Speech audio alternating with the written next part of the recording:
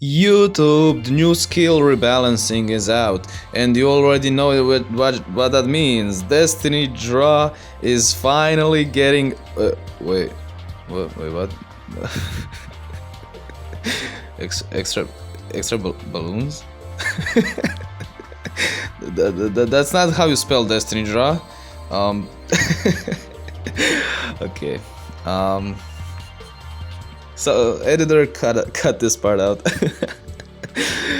The forbidden list is out. I guess that's out there. Which means we can finally play NEOS Fusion at 3. Let's go. And you already know we about to clap with them tellers, and we did. And we got 9-0. Let's go. NEOS tellers best deck confirmed. So this is the build that I went for, if it would load for fucking Konami. Okay, this is the version that I went for. Now, of course, this is not my optimal list. I think it should just go because, you know, I'm posting this video just hours after it dropped, so I can't know what my exact perfect list would look like. I'm just saying I got 9-0 with this. What I can tell you is I really like 3 Deneb, I really like 3 Altair, I like Eunuch. I'm not sure about Vegan, as it's kind of hard to use when we have NEOS on the field. So, you know, I'm not completely sure about him. We gotta play NEOS for NEOS Fusion, 3 NEOS Fusion. Monster Reborn, did we even use it? Did we even see it at all these 10 games? I'm not sure, but, you know, I guess it's fine. 3 Book of Moon and 3 Canadia is pretty needed, because you don't have Floodgate now, which is your best card in the game. So yeah, no, you gotta play Canadia.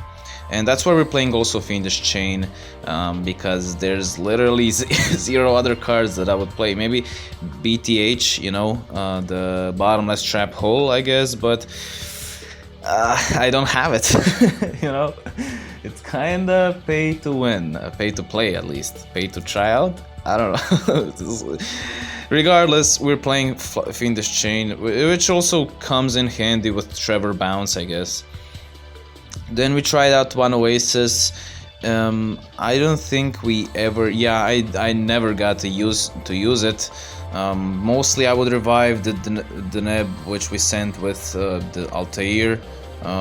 So yeah, I guess Oasis maybe droppable. So yeah, that's something to consider. Alpha, I feel like 3 Alpha is needed in this list, because like if we open the Neb or Eunuch plus NEOS Fusion, we want to drop it to the graveyard, and Alpha is so impactful that you need to play 3. I'm telling you, you need to play 3, because Tellars can feel pretty meh at the beginning of the game, and when you remove Floodgate, which is, you know, a very impactful card in the beginning of the game, then you're gonna have to play Alpha, which is, and also, like I said, to just clear your board of the Deneb and stuff, that you can then summon your monsters and keep going. And Alpha Omni Negate, bro, like you can't tell me that's not good. So I would say 3 is pretty needed. Like, the only time you basically it's not good to see it is if you don't open any monsters. But if you don't open any monsters, you know, it doesn't matter which backer you're gonna have. And also, what I wanted to say, oh yeah, or if you open 2 of them and you know, but I think it's worth the risk. I think 3 Alpha is definitely needed. Then we're playing 2 Zing. Whenever we had Zing, it came in pretty handy, because just yoinking 2 back row wins you the game on its own. So I would say definitely to play Zing. Maybe definitely maybe to play Zing. It seems pretty nice. Like, I don't see, like, the only argument against Zing is you can play more disruption, but yeah, I feel like having Zing is just so amazing, especially because you can bounce it with Trevor. Like, so amazing, so amazing.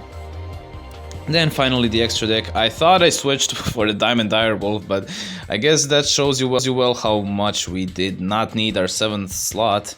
I did miss second Deltros at times, so maybe that's something to consider. But yeah, besides that, you want to play the NEOS, you want to play double Trevor, at least double Trevor, you want to play two Batlamas, at least two Batlamas, one Deltros, at least one Deltros, and I played Break Sword because of the Stygian Dirge, but yeah, it's kind of bad idea, I feel like when I played in a tournament, I never really kind of got into that situation, and on the ladder we're not gonna face Stygian Dirge really, so I would definitely recommend Malevolent Sin or the freaking Diamond Direwolf.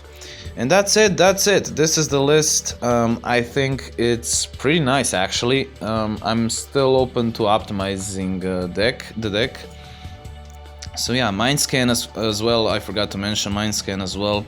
I think it's pretty nice to know the opponent's back row so you can, play around it better. Maybe Destiny Draw is a very good skill, and I'm gonna consider Destiny Draw. But I really don't have the urge to change the skill, when we pop off, we pop off. So yeah, I guess that's gonna be it. Now it is time to do Yugi Boy. Okay, also if you enjoy content like this, it's pretty nice if you would subscribe, because it does help you to not miss out, to be notified when I post other content. So yeah, and it also does help me to post more content, if I'm not gonna have enough traffic going on, I'm maybe gonna have to find a real job. Okay, anyways, I guess Hero Oasis is not bad, I guess. Copium. But if you open the Neb +3 back row, it shouldn't matter that much which back row it is. Of course, Alpha is so amazing with the Neb. Alpha plus the Neb is basically, GG. I mean, not really, but yeah.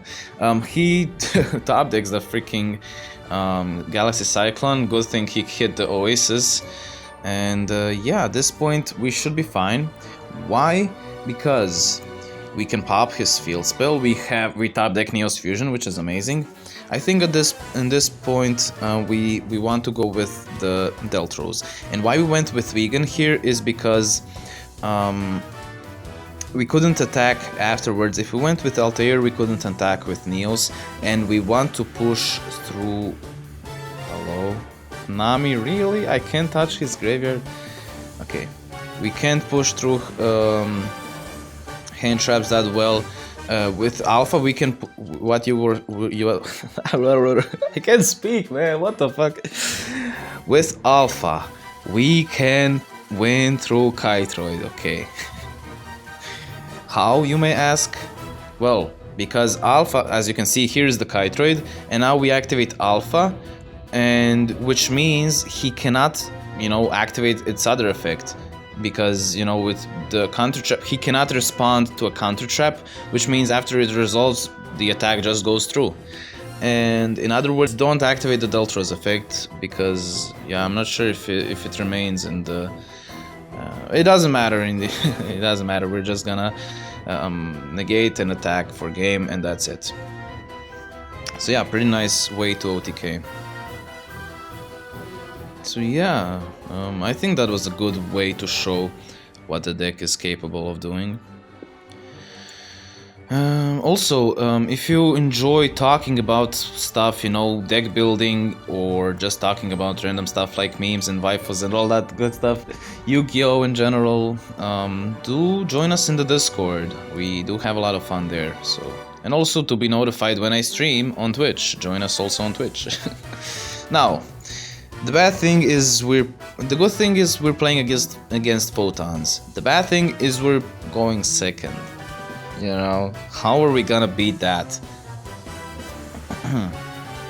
That's a good question, actually. How do we beat that?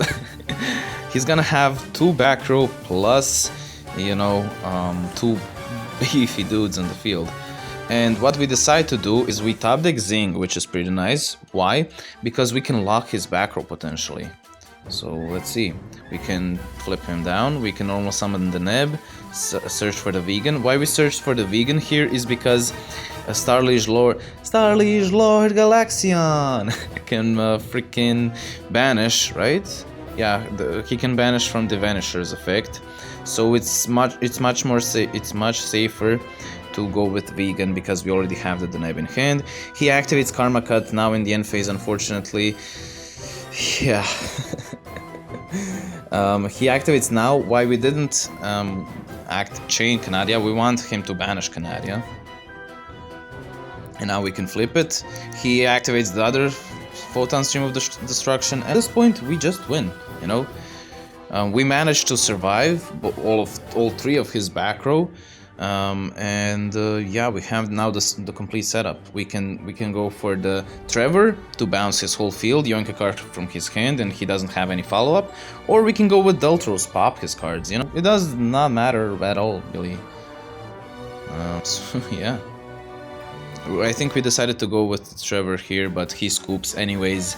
So easy clap. As you can see, through a very mean board. That was a very mean board, not gonna lie. Like, Photons aren't a good deck, you know, but that was a mean board. That was a board that could win against any deck, you know. So yeah, GG. Okay. So yeah, we didn't face many good decks necessarily, but we did face a good openings, you know. The opponents really, we had to grind a lot of games. So it wasn't very swift, you know, 9-0, but we had to work for it. And of course I was a bit misplaying because of the chat. Actually, it wasn't misplaying, it was just showing suboptimal plays. I would never misplay? I would never, bro, what the fuck? It was showing this suboptimal plays so you all can learn. Okay, yep, that happened. Okay. Now let's guys, which is because, you know, he can negate our back row. But the good thing now is with Trevor, we don't have to be afraid of his, you know, destructions and destruction protections and stuff like that. Now let's see. Unfortunately, fortunately for us, of course, he does not have 2 back row, so we're gonna have to use our Zing. He was smart about it. He didn't chain, you know. He didn't activate the Shien to negate the Zing. And unfortunately, I misclicked here. I activated the Fiendish Chain, which means, you know, he can negate it and destroy it. Why is that a misplay, you may ask? Well, because with Trevor we could bounce the Fiendish Chain and, you know, keep reusing it. So yeah, that was a definite misclick. I would never misplay. But we're completely fine. His back row is still locked. And that's gonna be definitely game, you know. Like, there's not much things he can do. We can yoink a card from his hand, good riddance. We can set 2 back row and we have complete control over the field, I feel. So yeah. Now we top deck a back row, which is amazing because we can, you know, lock his back row now. And with Altair we have easy game with the Neb searching for the vegan. We can discard it, go for another Trevor. And yeah, this is why Zing is so amazing. We can keep using it. We can keep using it every single turn, you know. So yeah, pretty nice. So yeah, we had a lot of fun with this deck. I feel like it's pretty nice. I maybe would say this is the optimal way to play Tellarknights. Maybe. I'm not sure. And I don't like being conclusive because people are gonna be, see, it is not the optimal way. You actually said the wrong thing. You know, like, yeah, bro, of course I'm gonna say wrong things at some times, you know. I think now it's optimal. Maybe I will think later on down the line that it's not optimal, you know. That's how it goes. Okay, so anyways, we have a pretty nice setup, you know, NEOS plus back row. This is the exact situation where we would want to see alpha. Why? Because now with Altair we're not getting advantage, and we, you know, what do we do next turn if he doesn't destroy or anything, you know? Good thing for us, he's gonna destroy it. But what if he didn't? We didn't get any advantage out of the Deneb searches with Altair. Good thing now is we can yoink 2 of his back row, which means on its own, you know, if you lock their back row, that should win you the game on its own, you know. We unfortunately top deck another Zing, which isn't the best, but yeah. Here I waited the Fiendish Chain as well. Of course, this was just for the chat to learn and for you all to learn. I would never misplay, you know that. That Fiendish Chain didn't do anything, you know. That Fiendish Chain was literally dead. And we would really want to see it again in this matchup. So yeah, that was my definite misclick for you to learn, okay? Now here we want to have Altair for follow-up, so we're gonna have to discard the Zing. Okay. You know how much Fiendish Chain would mean here, you know, 1 card less is pretty bad.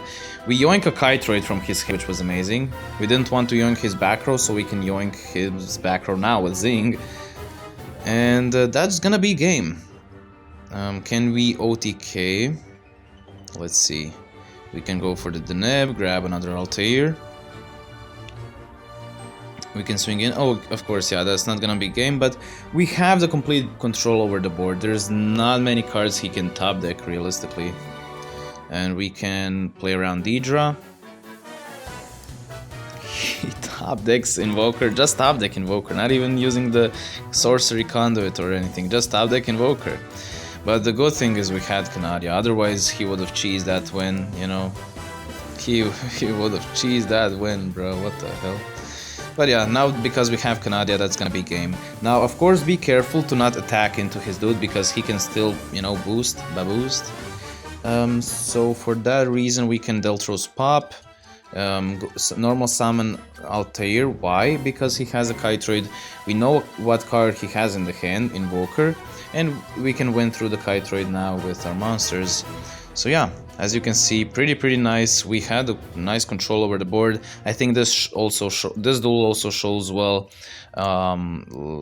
why Zing is so amazing. Yeah. And the last duel we have, let's see. Yami Yugi links. Well, unfortunately, the Deidra nerf was a joke. Otherwise, it wouldn't be so many Yami Yugis on the ladder. Man, Konami, really? Okay, so this should be game. If you open the +3 sets, you already know what's up. He goes first, unfortunately, so he can use his Manju. He can grab the Valkyrus. We can search for the Vegan. I guess we did use Vegan at some points. Maybe that was a bad assessment. But it didn't feel as useful, I would say, because of NEOS. It felt like a brick in some games. But is it worth it? Is it worth to play Vegan for the other times where we don't see NEOS as much? I don't know. That's a good question. Now, of course, amazing thing for us is he destroyed our Deneb because we can get a search now. We also felt the delay after we dealt damage over the Manju, which means we know all of his cards in the hand right now, if you were paying attention, of course, because he has a Veil, which we could read from the delays. He has a Valkyrus, which he added, and he has a Trishula, right? Yeah, he has a Trishula in hand, so we know his whole hand, which is great to know, because it does, when you know stuff like that, when you keep track of things like that, it means we can go in, we can waste our Canadia here. Why negate our Deltros, and we really want to do that. We really want to get rid of his Brionic, so he can't bounce our, our Deltros, which I guess we could have protected ourselves with Alpha anyways, but yeah, it shouldn't matter. He ends the turn, we can attack. And he got rid of his Valkyrus, which means he only has that Veil left, like we predicted from the delays. And it doesn't matter now, his Veil, because we can negate it with Alpha, and GG, nothing he can do. And as you can see, this is why Alpha is so good. It can help you with hand traps, it can help you with back row, monster effect, anything. So yeah, that's gonna be it Hopefully you enjoyed the video. I really did enjoy it, not gonna lie. I'm a Tellarknight enthusiast, one of my favorite decks, if not my favorite deck. And seeing NEOS free now is pretty nice, so yeah, hopefully you will enjoy the deck if you decide to play it for yourself. I do think it's the optimal way to play the Tellarknights right now, because it does give the extra beater on the board, you know, the beat stick. Early game is so amazing. Of course, you could argue that Floodgate early game can be as good, if not better. But the thing is that not only do you get a beat stick, which Floodgate wouldn't give you, but you also get a Deneb into the graveyard, which, you know, basically starts off your plays a lot of times. So yeah, that's gonna be it anyways, to not prolong the video, and see you in the next one. Bye!